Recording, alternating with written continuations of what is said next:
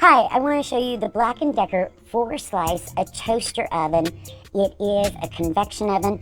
You can bake, broil, toast, or just keep things warm. And if you live somewhere where it gets super hot in the summer, like the desert, this might be an answer for you. Instead of turning on your big full oven, you can use this. It is fairly small. It's got a 2-foot cord, and it is about 16 inches by, with the handle, you're going to want at least 11 and a half inches if you're going to be looking how much space it's going to take up.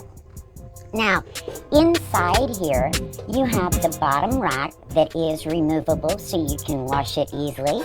Then you have your metal rack if you just want to put your items right on there. Or you can use the little pan. Also, on here, the top button here is your temperature. It goes from warm up to broil, which is normally about 500 degrees. Here you have whether you want broil, bake, toast. Down here is the timer. The timer goes up to 30 minutes, but it does have the option for stay on. So it will stay on. You'll just have to set another timer to make sure you don't